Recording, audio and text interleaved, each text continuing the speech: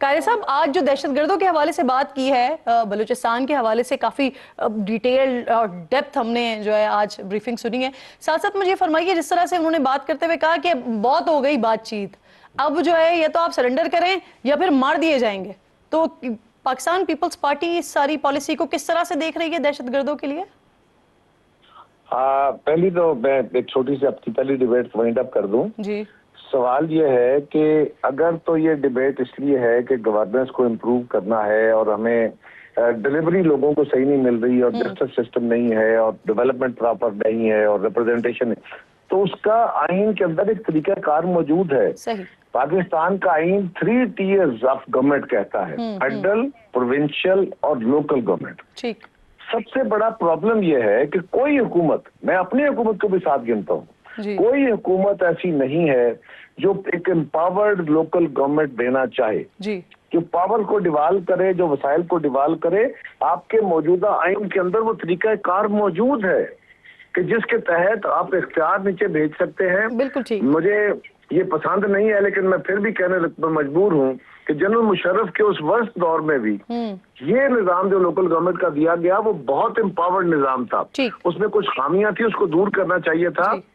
अगर आप सिर्फ आइन पे अमल कर दें, लोकल गवर्नमेंट के निजाम को तय कर दें कि ये सूबे पाबंद होंगे अपनी मर्जी से, ये नहीं है कि किसी को फारग कर दें, लोकल गवर्नमेंट तोड़ दें, उसके बाद इलेक्शन ना कराएं।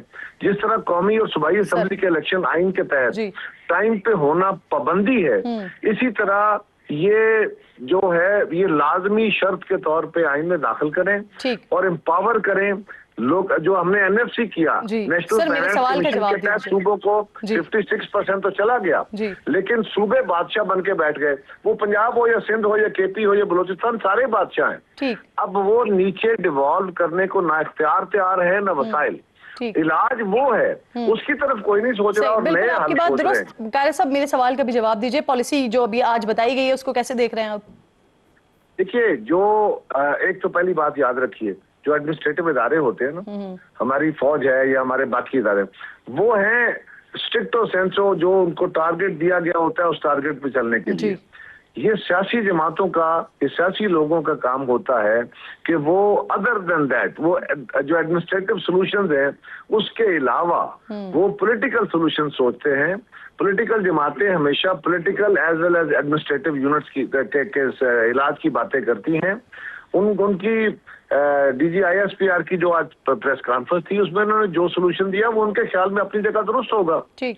लेकिन ये बात भी दुरुस्त है कि अगर BLA अगर वो यही कहती है कि हमने बलूचिस्तान को पाकिस्तान से अलग करना है, तो उनसे क्या बात की जाए? अगर जो TLP है, जो TLP कह रहा हूँ, जो तहरीक तालिबान पाकिस्तान है, अगर वो कहती है कि हमने पाकिस्तान के अंदर आइन से मावरा एक ऐसा ताकत के जोर पे एक ऐसा निजाम नाफज करना है जो तालिबान ने वहां नाफज किया अफगानिस्तान में, और उसको हम शरिया कहते हैं, और वो हम ताकत के जोर पे करेंगे, और पहले स्टेज में हमें आप अटक तक का इलाका दे दें, तो पहले तय करना होगा कि क्या उनसे डायलॉग करते हुए शॉर्ट ऑफ दैट वो डायलॉग को तैयार हैं, बिस्मिल्लाह। अगर BLA शॉर्ट ऑफ दैट वो अपने इस डायलॉग को तैयार है, तो कौन इनकार करेगा? अगर हकूक की बात है तो हमने हकूक दिए ना, आगाज हकूक बलूचिस्तान किया। आज भी सही। अब DGISPR ने जो कहा वो ठीक कहा, लेकिन अगर बड़ा क्लैरिटी के साथ ये कह चुके हैं कि अब जो बात होगी वो बलूचिस्तान के लोगों से बात होगी, उनसे बात नहीं होगी जिनसे पहले बात होती रही है। सर, एक छोटी सी ब्रेक की कॉल दी जा रही है। आप तीनों मौजूद मेहमान साथ मौजूद हैं। कारी साहब, आप बहुत अच्छे तरह ये जो बारीकियां होती हैं कि हमें ब्रेक लेना पड़ जाता है। इस वक्त जो PMLN और पाकिस्तान पीपल्स पार्टी के दरमियान चल रहा है उस पर बात कर लेते हैं। मेमन साहब, कल बिलावल भुट्टो ने तहरीक इंसाफ के साथ मिलकर चलने का पैगाम दिया है। PTI किस तरह से ले रही है पैगाम को? देखिए, इस तरह है कि बिलावल भुट्टो साहब ने, that's very kind of him, कि उन्होंने कहा है कि मैं हाथ बढ़ा रहा हूँ। इस तरह ये कि हम जिस गाड़ी में बैठे हुए हैं और बिलावल भुट्टो साहब जिस गाड़ी में बैठे हुए हैं, हम दोनों अलग अलग गाड़ी में हैं। तो अगर आप उस गाड़ी से हाथ मिला रहे हैं तो मेरे लिहाज से आपको उस गाड़ी से उतरना होगा।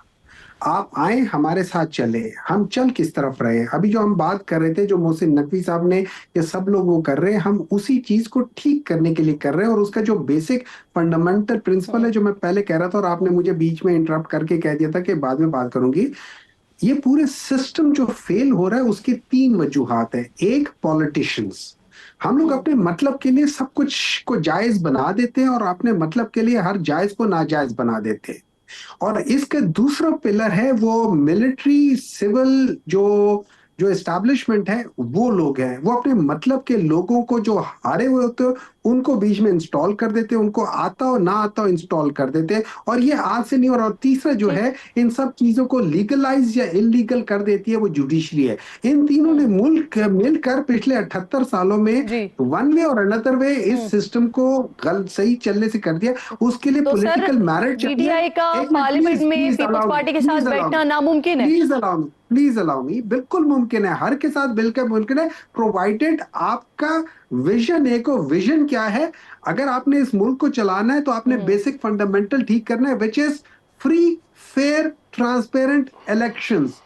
अभी बिलावल भुट्टो साहब भी यही कह रहे, हम भी यही कह रहे थे, हर एक ये कह रहा है। अगर जब तक आप ये बेसिक फंडामेंटल प्रिंसिपल नहीं ठीक करेंगे, आप उल्टे लटक जाए, ये मुल्क ठीक नहीं होगा।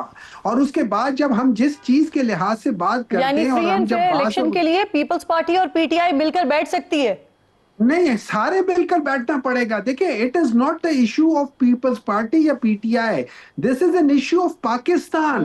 पिछले 78 सालों में आप लोगों के मुताबिक तो अभी तो बाकी सारे मिलकर बैठे हुए हैं ना, आप और पीपल्स पार्टी की बात करेंगे। देखिए हम सारे मिलकर बैठे हुए, लेकिन हम इस कॉल्स के लिए अभी तक सारे नहीं बैठे। हम लोग मुख्तलिफ चीजों के लिए बैठे हुए हैं, कोई इक़्तिदार के लिए बैठा हुआ है, कोई किसी और चीज के लिए बैठा हुआ है, कुछ कर रहा है। हमें इस चीज के लिए बैठना है कि हम इस मुल्क में फ्री, फेयर, ट्रांसपेरेंट इलेक्शन, जो किसी भी बिल्कुल ठीक, आपका पॉइंट आ गया। चौधरी साहब, मुझे ये फरमाइएगा, अभी ये कश्मीर के इलेक्शन का ये जो पहला फेज था, उससे पहले तक तो जिस तरह की बातें आप लोग दोनों की तरफ से की जा रही थी, जिस तरह के स्टेटमेंट्स आप दोनों की तरफ से आ रहे थे, कल फिर हमने कुछ मुख्तलिफ मंजर देखा, दोनों पार्टीज के रहनुमा बगलगीर हुए। क्या फिर अब ये इत्तेफाक हो गया है कि मजीद महाज आराई, ये लफ्जी गोराबारी अब होगी नहीं? किरण, पहले तो I want to I think appreciate your show कि देखें आज हम जो बात कर रहे हैं बड़ी अच्छी और मीनिंगफुल बात कर रहे हैं तीनों लोग। देखें जो अभी मेरे डॉक्टर साहब अभी जो बात कर रहे थे वो बड़ी इंपॉर्टेंट बात वो भी कर रहे थे, जो कायरा साहब कर रहे थे वो भी बड़ी पर्टिनेंट बात कर रहे थे। देखिए हमें जो पढ़ाया जाता है आइन और कानून और जब हम वकालत कर रहे होते हैं कि 4 पिलर्स हैं जो चीज़ों को एक आइन को पकड़ के रखते हैं, और वो लेजिस्लेचर है, वो एग्जीक्यूटिव है, जुडिशरी है और मीडिया। ये तमाम 4 पिलर्स जो हैं वो आपके मुल्क को, आइन को अपने ऊपर खड़ा रखते हैं। एक अकाउंटेबिलिटी के लिए होता है, एक चेक के लिए होता है, एक लेजिस्लेचर के लिए होता है। तो ये जब पिलर्स 4 इकट्ठे इफेक्टिवली वर्क करते हैं तो आपको अल्टीमेट रिजल्ट्स आते हैं। तो जिस तरह कायरा साहब ने कहा था कि जो पहले इलाज मौजूद हैं, हम जब इकट्ठे होकर, एक यक जुबान होकर, हम जब इन तीनों पिलर्स को इकट्ठे होकर इनके नीचे और साथ होकर चलेंगे तो आई थिंक के कंस्ट्रक्टिव और अच्छे रिजल्ट्स आएंगे और चीज़ें बेहतर होंगी। इसी तरह अभी आप कश्मीर के इलेक्शन की बात कर रही थी कि देखिए पॉलिटिकल डिफरेंसेस होते हैं, पॉलिटिकल स्लोगन्स भी होते हैं, बाज कहीं ऊंच नीच हो जाती है, कभी कोई डब्बा उठा लिया, कभी कहीं फायर हो गया, तो डब्बा उठाया वो भी गलत। देखें डब्बा उठाया वो भी गलत और गोली लगी किसी को वो भी गलत। देखें आप उसको प्रोटेक्ट तो नहीं कर सकते, लेकिन गवर्नमेंट्स की और इदारों की यही कोशिश है कि भाई कि आप स्मूथ एंड फेयर ट्रांजिशन हो, एक अच्छे प्रोसेस की तरफ हम चलें, अच्छी रवायात छोड़ें, वो कश्मीर हो या कोई और हो, कि जब तक हम इन चीज़ों के ऊपर, इन रवायात के ऊपर काम नहीं करेंगे तो लोगों में एक्सेप्टेंस नहीं होगी। And I very strongly believe कि हम अच्छी तरह अगला जो मरला है वो भी अच्छी तरह तय है। और साथ मौजूद थे सेनेटर हुमायूं अहमद साहब, आपका भी समान कायरा साहब साथ मौजूद थे।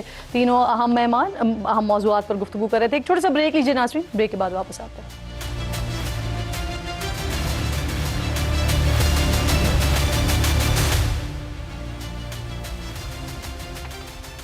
प्रोग्राम में एक बार फिर आपको खुशामदीद कहती हूँ नाज़रीन।